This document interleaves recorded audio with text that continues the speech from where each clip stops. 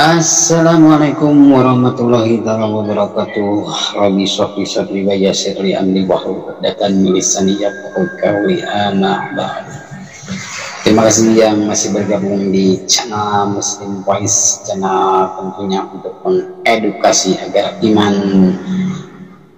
kita kuat, selalu berpegang teguh kepada ajaran agama Islam, agama rahmatan lil alamin, agama yang tentunya diridhai Allah Subhanahu wa taala.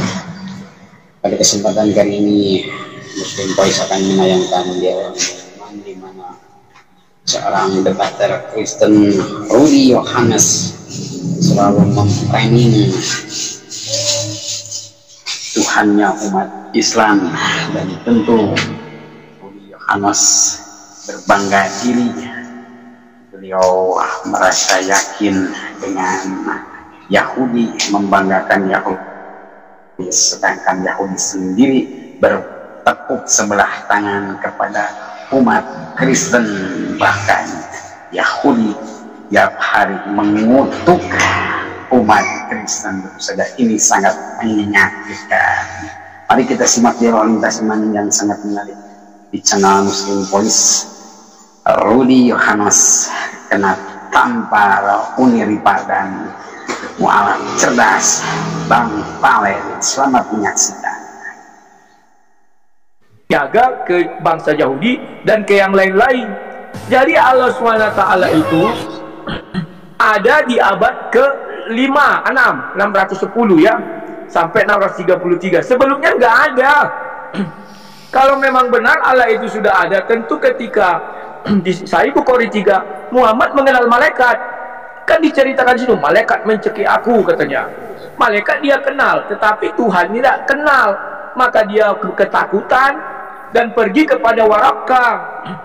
Dan yang lucunya, kalau kalian tetap ngotot bahwa Tuhannya Yahudi sama dengan Tuhannya Islam, maka apakah Allah menukar agamanya? Dia juga yang menurunkan Yahudi dengan kitabnya Taurat, terus bertukar jadi agama Islam dengan kitabnya Al-Quran. Di mana konsistensi Allah itu? Kemudian, bahwa kalau kalian tetap memaksakan Yahudi itu beragama Tuhannya sama dengan Islam, maka pernah Allah SWT tidak ada yang menyembah dia. Setelah Nabi Isa naik ke sorga, dari Nabi Isa ke Nabi Muhammad, siapa yang beragama Islam? Gak ada. Buktinya apa? Orang Arab pun penyembah berhala, Hubal. Kan begitu. Bahkan di Ka'bah itu pun berisi 380 berhala. Kemana Allah SWT? Ke Yahudi tidak, ke Arab tidak, lantas di mana? Artinya ada rentang waktu 500 tahun bahwa Allah SWT itu tidak ada di muka bumi. Atau boleh dikatakan agama Islam itu pernah musnah 500 tahun dan hidup kembali ketika Muhammad didatangi oleh Jibril dan dikasih tahu Waraka bahwa itu adalah namus. Sekarang namus ini siapa? Karena namus ini yang bertemu Musa. Jadi bukan Allah tapi namus. Kalau nggak percaya buka surah 28 ayat 30, tolong jelaskan yang mana namus di situ. Terima kasih.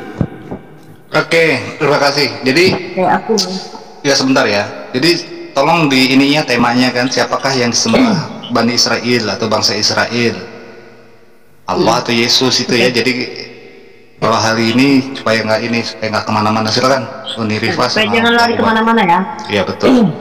Saya tetap fokus di tema ya. Jadi tadi saya bantah dulu Bang Rudy Yohanes bilang Nabi Muhammad sendiri tidak tahu Allah. Ini sangat apa ya, sangat goblok sekali cara berpikirnya ya. Bahkan kalau mengutip dalam literatur Islam sendiri, jangankan Nabi Muhammad SAW ya, ayahnya sendiri bernama Abdullah ya. Dan lagi pula dalam surah Luqman ayat ke-25, dan sesungguhnya jika kamu tanyakan kepada mereka siapakah yang menciptakan langit dan bumi, tentu mereka akan menjawab Allah. Bahkan dalam sirah Nabawi ya, atau dalam riwayat-riwayat diceritakan kakeknya Nabi Muhammad itu mengenal Allah. Hubalata itu adalah nama berhala, tapi Allah sendiri tidak punya berhala. Nah ini adalah Tuhan yang disembah oleh orang Hanif. Nah kemudian kalau Bang Rudy bilang kalau memang orang Yahudi itu adalah menyembah Allah juga, berarti Tuhan merubah agamanya. Inilah makanya aku suruh belajar Bang. Yahudi itu bukan agama, Yahudi itu nama bani. Dari kata Yehuda, keturunan suku, maka disebut Yahudi karena keturunan dari orang Yehuda gitu ya. Nah, itu kalau kita bicara agama, memang itu bukan agama, tapi nama keturunan, sama seperti Kristen. Kristen itu bukan nama agama, tapi ejekan-ejekan kepada orang yang mengikuti sekte sesat di kalangan Nasrani, mengikuti orang-orang yang seperti Paulus, orang-orang yang mengaku ketemu Yesus, makanya diejek pada orang Yahudi waktu itu, ngejek-ngejek. Jadilah pengikut Mesias. Itu makanya jadilah Kristen di Antioquia gitu. Bukan Yesus yang memperkenalkan Kristen. Bu Uti ini lucu sekali ya. Dia bilang Mesias artinya adalah anak Allah. Bu, belajar Bu. Makanya saya bilang belajar linguistik. Di mana itu Mesias artinya adalah anak Allah? Mesias itu dalam bahasa Indonesianya yang diurapi. Kalau Mesias adalah anak Allah, ya udah Bapak Ibu terima itu, Daud juga anak Allah. Berarti dia juga Tuhan Ibu, sembah Bu. Nah, banyak anak Allah di dalam perspektif kitab perjanjian lama. Anak Allah itu ada yang membawa damai, mereka raksasa juga anak Allah, bahkan Adam sendiri juga anak Allah. Ibu bilang Mesias adalah anak Allah, ibu belajar di mana seperti itu? Di sekolah minggu. Inilah kenapa banyak orang yang sesat dalam memahami satu kata itu diperkosa maknanya. Saya ingat dengan Yeskiel pasal 13 ayat 4. Bukan ya, bukan Yeskiel ya. Saya mengingat bahwa orang-orang Yahudi, Bani Israel itu suka memperkosa Taurat. Nah, kalau Bu Uti dia memperkosa kitab orang lain tuh. Saudara, kitab orang lain artinya Mesias diperkosa sama dia, artinya sama dengan Al-Masih atau Mesias itu adalah anak Allah. Ini pemerkosaan namanya, ini penghinaan yang luar biasa sebenarnya ya. Maka kembalikan ke metode linguistik, ilmu lugah namanya, atau ilmu yang mempelajari satu kata pada masa itu dimaknai seperti apa. Mana ada Mesias itu sama dengan anak Allah. Jadi jangan ngaco gitu ya, kalau diskusi itu bawa data juga. Saya sudah bacakan ayat Al-Quran bahwa orang-orang mengenal ini. Saya kembali ke ini tadi ya, tentang Tuhannya Bani Israel. Mari kita selidiki Tuhannya Bani Israel ya. Setelah saya memaparkan bagaimana Bani Israel kapasitasnya di dalam kitabnya orang-orang Kristen sendiri, baca ya. Saya sudah katakan, Tuhan itu berkata, aku akan penuhi janjiku kalau kau penuhi janjiku. Tiba-tiba ada orang yang mengaku sebagai Kristen, mengaku-ngaku bahwa Tuhan memenuhi janjinya kepada Bani Israel dengan memberikan juru selamat dari kalangan Bani Israel. Sementara Tuhan bilang nih, kalian ikuti dulu aturan mainnya. Kalau kalian nggak ikuti, maka aku nggak akan penuhi janjinya. Sudah jelas-jelas dalam Yesaya pasal 5 ayat 7, mereka tegar tengkuk. Yeremia pasal 5 21, dengarkanlah ini hai bangsa yang tolol, yang tidak mempunyai pikiran, yang mempunyai mata, tidak melihat, mempunyai telinga tapi tidak mendengar. Nah, tiba-tiba dipenuhi janjinya kepada mereka. Ini Tuhan macam apa? Kalian mau menghina Tuhan dengan mengatakan Tuhan itu menjilat ludahnya sendiri, ya kan? Nah, apalagi mengaku-ngaku bahwa Tuhan itu menjelma menjadi manusia, turun menjadi Bani Israel sendiri. Udah jelas-jelas di situ. Bahkan Yesus sendiri dalam Lukas pasal 11:47 mengutuk Bani Israel dari kalangan Saduki dan Farisi. Celakalah kamu, katanya, sebab kamu membangun makam nabi-nabi, tetapi nenek moyangmu telah membunuh mereka. Ini mau dipenuhi janji Tuhan kepada mereka ini? Bullshit. Tuhan macam apa yang seperti itu? Nah, kemudian kita bahas lagi ya tentang Musa. Katanya Musa bertemu dengan Tuhan, mengkorelasikan dengan ayat Al-Quran. Betul, kalau kita lihat sekali, bentar Bang Kian Bang Kian, nah kita lihat ya. Dalam kitab Yohanes sendiri tidak ada yang bisa melihat Tuhan dapat hidup. Ini di dalam kitab Keluaran pasal 33 ayat 10. Dalam Ulangan pasal 4 ayat 12, ketika Musa mengaku bertemu Tuhan itu, bunyi firman terdengar tapi tak nampak wujud apapun. Inilah Tuhan itu tidak ada, tidak nampak wujudnya, tiba-tiba nongol menjadi manusia. Ini kan lucu sekali. Maka macam mana mau mengatakan bahwa Yesus sudah Tuhan Bani Israel? Yesus tidak pernah mengaku menciptakan Bani Israel. Jangankan mengaku menciptakan, menjadi baik saja dia bantah. Guru yang baik, bagaimana cara masuk kerajaan surga? Jangankan menjadi pencipta, orang baik saja dia nak ngaku. Jangan katakan aku baik, hanya satu yang baik, dia adalah Allah saja. Itu kata dia, loh, tiba-tiba dia dituduh sebagai pencipta seluruh alam dan pencipta Bani Israel. Janganlah fitnah Yesus terlalu keji. Dia saja jangankan menjadi Tuhan, menjadi baik saja dia tak bilang kalau dia baik. Bahkan dia menolak menjadi baik. Silakan Bang Valen. Maaf waktunya sedikit saya sisakan. Ya, terima kasih Uniripa. Seperti yang tertulis menurut Paulus. Ini menurut Paulus ya. Sambil nyemil roti, jadi saya biar nggak asam lambung. Jadi Tuhannya Israel itu nggak pernah menjadi dosa. Tuhannya Israel nggak pernah menjadi terkutuk. Tapi kalau kita baca di dalam tulisan Paulus 2 Korintus 5 ayat 21, dia yang tidak mengenal dosa telah dibuatnya menjadi dosa karena manusia. Nah, berarti Tuhannya Kristen pernah menjadi dosa. Galatia 3:13, Yesus menebus kita dari kutuk hukum Taurat dengan jalan menjadi kutuk. Ada tertulis, terkutuklah dia yang di kayu salib. Jadi Tuhannya Israel nggak pernah menjadi dosa, nggak pernah menjadi kutuk, kan gitu. Tiba-tiba ada agama yang namanya Kristen di Antioquia membuat Tuhan menjadi dosa dan menjadi terkutuk. Sekian dari narasi yang dibuat oleh Paulus. Terima kasih. Oke. Terima kasih Bang Valen. Aku dulu Bu Tiang. Silakan Bang Budi. Ya, ini bonekaku aku namakan Mr. M. Halo Mr. M. Ya, sekarang aku bicara. Si Rifah menghina Islam dengan mengatakan bahwa ayahnya Nabi Muhammad, Abdullah, dan kakeknya itu sudah mengenal Allah SWT. Pertanyaannya, atas nama siapa kakek dan ayah Muhammad bersyahadat? Sampai dunia kiamat tak akan bisa kau jawab. Potong leher aku berani taruh. Nah ini, jangan kau karang-karang, karena pada saat itu orang-orang di sana, kalau benar mereka sudah beragama Islam, tentu syahadatnya atas nama siapa? Apakah atas nama Abdullah atau atas nama kakeknya?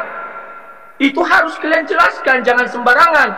Syarat untuk menjadi Islam harus mengucap 2 kalimat syahadat.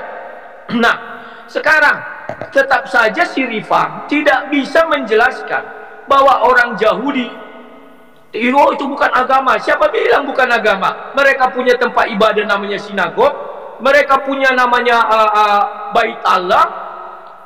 Itu ciri-ciri agama, punya kitab suci, punya sesembahan, tapi sesembahan mereka bukan Allah SWT. Itu pun sudah diakui si Palen, Yod Hep Pape, Hashem, bukan Allah Subhanahu wa ta'ala. Allah nggak ada, bukan SBT, nggak ada itu. Jangan kau karang-karang Rifah. Ya, kalau tetap kalian paksakan, sudah kukatakan, maka sama saja kalian menuduh Islam pernah musnah dari muka bumi. Karena agama sebelumnya Yahudi, setelah itu Nasrani, diberi kitab Injil. Kan begitu. Setelah itu musnah, tidak ada lagi terdengar. Tiba-tiba tahun 610 Muhammad bertemu dengan malaikat. Muhammad tahu itu malaikat, tapi dia nggak tahu itu adalah Tuhan. Faktanya apa? Baca Sahih Bukhari 3 biar kalian paham. Andai kata orang tuanya sudah mengenal Allah Subhanahu wa ta'ala, pasti Nabi Muhammad juga mengenal Allah Subhanahu wa ta'ala, sama seperti nabi-nabi yang lain. Contoh Musa. Apakah Musa pernah bertemu dengan Allah sebelumnya? Nggak pernah. Tapi begitu suruh dia ke gunung Tur Sinai itu, atau kalian gunung apa nggak tahu, Horeb kalau kami, gunung Sinai, dia datang dan berkata di hadapan di sebuah lembah, ada pohon, ada semak berapi. Dia mengatakan, ya Tuhan. Dia jawab itu. Surah 28 ayat 30 sampai 33. Makanya aku bilang baca itu kaitkan dengan hadis Bukhari. Siapa namus di situ? Apakah pohon? Apakah lembah? Apakah api? Kalau kalian bilang malaikat, tidak ada di situ dibuat malaikat bertemu dengan Musa. Nggak ada. Tapi yang ada adalah namus. Kenapa Waraka bisa tahu itu namus? Terima kasih. Bu, ya, habis ya. Ya, jadi kalian nggak jawab pertanyaan sama sekali. Bagaimana mungkin Allah bisa nggak tahu masalah tentang anak Allah, Allah Bapa ya? Dan di dalam Al-Quran sendiri telah mengatakan ya, orang-orang Yahudi itu ya, orang-orang Yahudi, orang-orang Nasrani ya, pada masanya Musa sepertinya ya, indikasinya telah mengatakan ya, bahwa At-Taubah 9 ayat 31, mereka menjadikan orang-orang alimnya dan rahib-rahib mereka sebagai Tuhan selain Allah, dan juga mereka mempertuhankan Al-Masih putra Maryam ya, padahal mereka hanya disuruh menyembah Tuhan. Pio, diam dulu. Padahal mereka disuruh hanya menyembah Tuhan yang Maha Esa. Tidak ada Tuhan selain Dia, Maha Suci Allah. Apa yang mereka persekutukan. Nah itu ya. Jadi Allah sendiri mengatakan bahwa mereka juga mempertuhankan Isa. Sudah menjawab. Jadi kalian nggak usah nanya ke kami. Al-Quran sendiri telah menjawab ya. Konsep tentang anak Allah. Sekali lagi nih ya, QS 9 ayat 30. Orang-orang Yahudi berkata Uzair itu putra Allah, dan orang Nasrani berkata Al-Masih Masih putra Allah. Demikianlah itulah ucapan mereka dengan mulut mereka. Mereka meniru perkataan orang kafir yang terdahulu, dilaknati Allah lah ya. Jadi Allah memarahi bahwa orang Yahudi mempertuhankan Isa, ya kan? Jadi Allah memarahi orang Yahudi, dia mengatakan orang Yahudi itu Tuhannya punya anak. Udah, itu udah menjawab ya, skakmat, nggak usah lari-lari kemana-mana. Jelas Riva dan Valen tidak mengenal kitabnya sendiri gitu loh ya. Tetapi pertanyaan saya harus kamu jawab ya, kenapa Allah tidak tahu maksudnya Allah punya anak ya, maksudnya Tuhan itu punya apa, maksud Allah anak, Allah Bapa, kalian nggak bisa jawab. Kenapa salah mengerti begitu gitu ya. Nah, sekarang saya mau jawab Riva ya.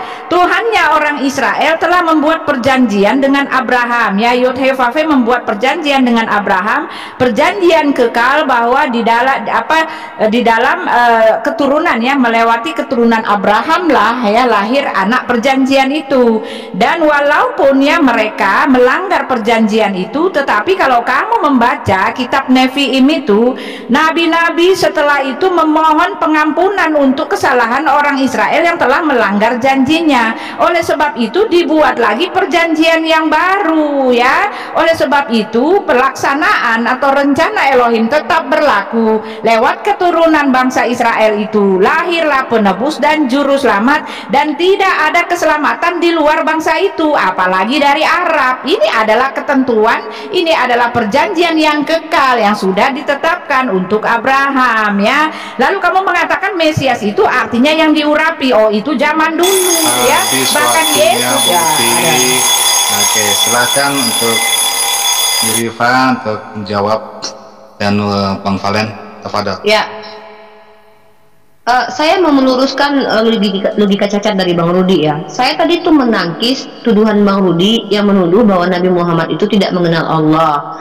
Maka saya katakan, jangankan Nabi Muhammad, orang Arab itu mengenal Allah. Makanya namanya ayahnya beliau Abdullah, kakek beliau berdoa kepada Allah. Bang Rudi pahami bahasa Indonesia saja Bang Rudi nggak paham, gimana bahasa Ibrani dan bahasa Yunani kan? Apalagi bahasa perumpamaan yang Yesus bacakan yang tidak diperuntukkan untuk orang lain gitu.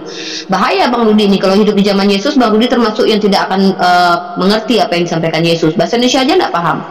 Saya bilang bahwa orang Arab bukan Yahudi. Saya bilang orang Arab, kan orang Arab tidak semua Yahudi, Bang Rudi. Kok malah bilang Yahudi mengenal Allah? Siapa bilang kami ini mengikuti orang Yahudi? Justru saya sudah bacakan tadi tentang orang Yahudi yang dilaknati oleh Tuhan kalian sendiri di dalam kitab kalian sendiri, bahwa mereka adalah orang-orang tegak tengkuk, menyembah kepada Baal, Molok, dan banyak sekali kutukan-kutukan terhadap orang Yahudi. Kalau kalian mungkin mengikuti Yahudi ya silahkan. Kami ini mengikuti nabi-nabi Bani Israel.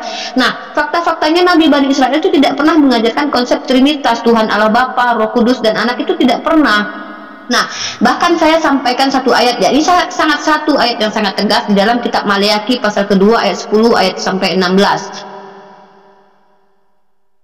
Bukankah kita sekalian mempunyai satu Bapa? Bukankah satu Allah menciptakan kita? Tidak ada di situ Trinitas Allah Bapa, Putra, Roh Kudus menciptakan kita. Itu tidak ada. Nah, tadi Bang Rudi membahas tentang namus. Namus itu yang menyampaikan adalah Waraqah. Dalam Al-Quran itu Waraqah yang menyatakan bahwa yang disebut yang datang seperti yang datang kepada baginda Rasul juga pernah datang kepada Musa. Justru itu menunjukkan bahwa apa yang terjadi kepada Nabi Muhammad itu juga terjadi kepada Nabi Musa. Itu legitimasi justru dari orang-orang yang bukan muslim sendiri, bahwa Nabi Musa itu mempertuhankan Allah juga. Nah, ciri-cirinya yang bisa kita lihat kesamaannya, kalau kita lihat dalam Ulangan pasal keempat ayat 12, lalu berfirmanlah Tuhan kepadamu dari tengah-tengah api, suara kata-kata kamu dengar tetapi satu rupa tidak kamu lihat. Lalu Bang Rudi bilang dalam hadis itu Nabi Muhammad tidak kenal siapa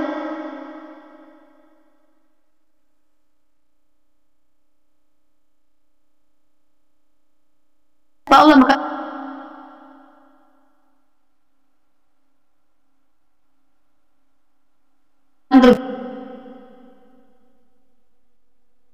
guling-guling di Damsyik lalu bilang, siapa kamu Tuhan?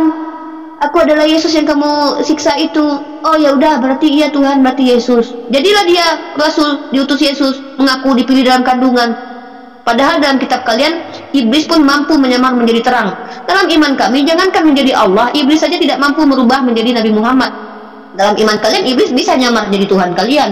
nggak tahu-tahu lah ada berapa kali kalian didatangi sama iblis yang ngaku-ngaku sebagai Yesus gitu kan. Nah jadi kemudian saya mau menunjukkan bagaimana sih sifat dari orang Tuhannya Bani Israel itu. Sifat Tuhan, karakter dari Tuhannya Bani Israel itu membunuh, bukan ditampar pipi kiri kasih kanan.